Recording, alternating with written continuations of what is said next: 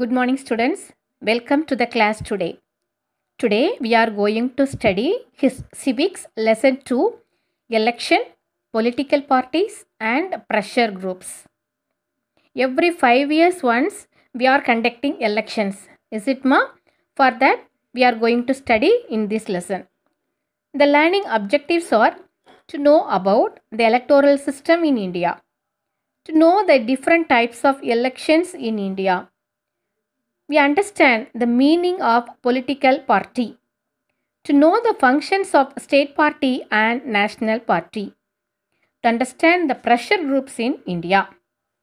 Today we are going to study first two headings only, that is electoral systems in India and also types of elections in India. What is election?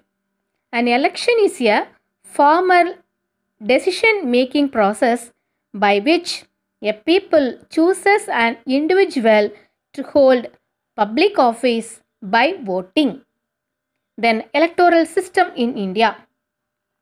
The electoral system in India has been adopted from the system followed in the United Kingdom, that is London.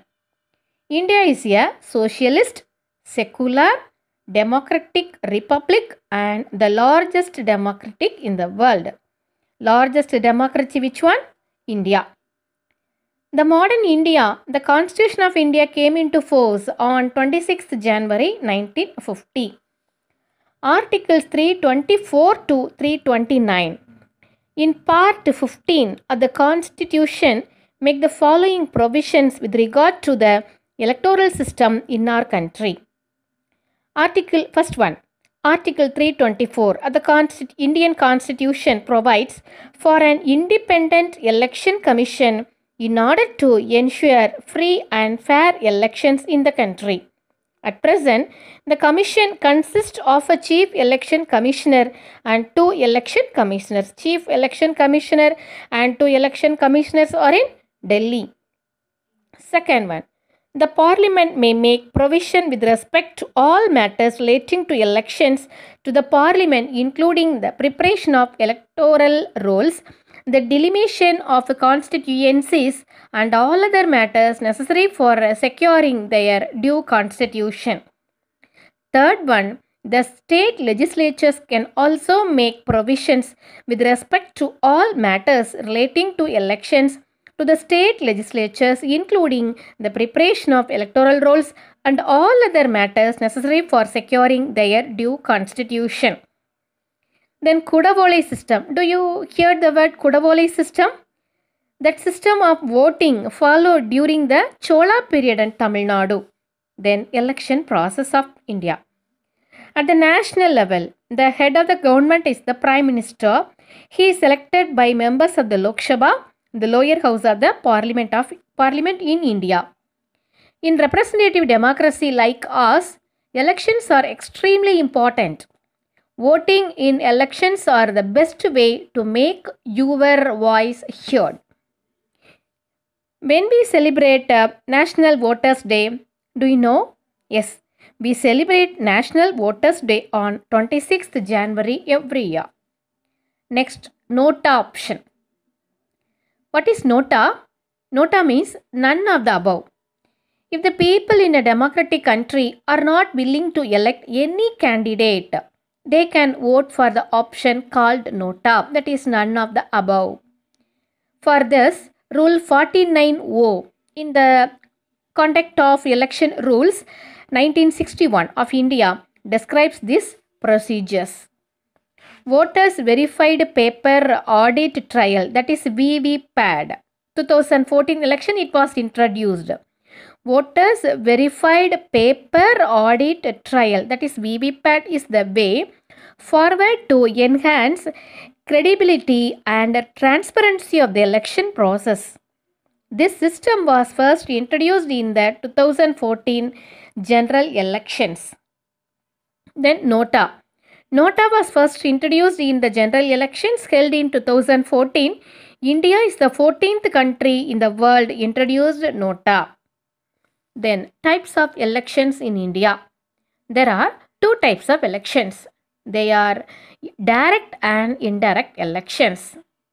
First, we are going to study direct elections and its merits and demerits. What is direct election? People directly vote for the candidates in the fray and elect their representatives. Directly vote for the candidates. The following are the examples of direct elections in which people over the age of 18 years participate in the electoral process by casting their votes. What is our voting age? 18 is our voting age in India. First one, Lok Sabha elections in which the members of parliament are elected. In Lok Sabha elections, MP, that is members of the parliament people are elected. Elections to the state legislative assemblies in which the members of legislative assemblies are elected, that is MLA, members of legislative assemblies.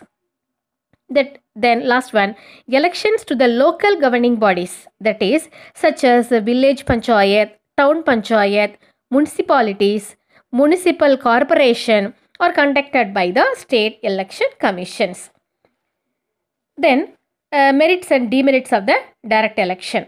First, merits. As the voters elect their representatives directly, direct elections are considered to be more democratic method of election. More democratic method. Second, it educates people regarding the government activities and helps in choosing the appropriate candidates. Also, it encourages people to play an active role in the politics. Third one, it empowers people and makes the rulers accountable for their actions. It has some demerits. A coin has two sides. Is it ma? Likewise, it has some demerits also. What are the demerits? First point, direct elections are very expensive. Second, illiterate voters sometimes get misguided by false propaganda. Combining based on caste, religion and various other sectarian considerations pose serious challenges.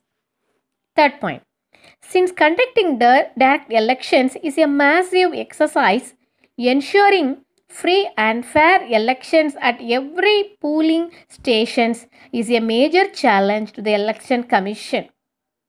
There are instances of some political candidates influencing the voters through payments in the form of cash, goods and services. We heard, is it? Then last point, election campaigns sometimes result in violence, tension, law and order problems and affects the day-to-day life of people. We suffered a lot. Next we see indirect elections. Voters elect their representatives who in turn elect their representatives. This method of election is followed for the election of President of India. We are select our president, is it ma? Can we select our president to voting? No. Voters select their representatives.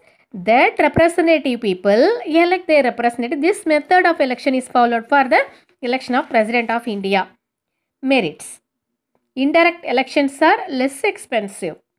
It is more suited to elections in large countries. Demerits. If the member of voters is very small, there exists the possibility of corruption, bribery, horse trading and other unfair activities.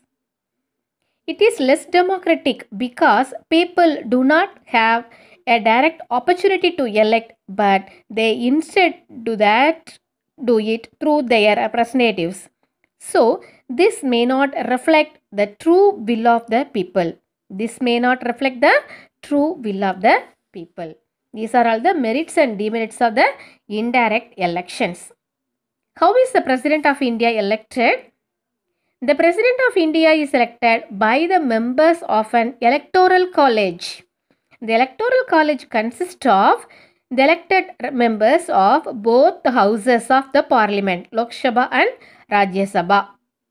The elected members of the legislative assemblies of all the states and union territories in India, MLAs. The members nominated to either House of Parliament or the legislative assemblies of the states are not eligible to be included in the electoral college. Okay, ma.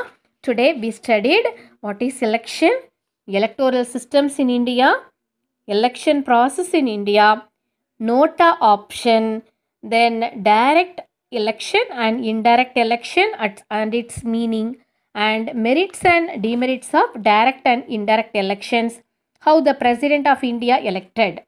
Okay, students, study the question answers clearly. Thank you, students.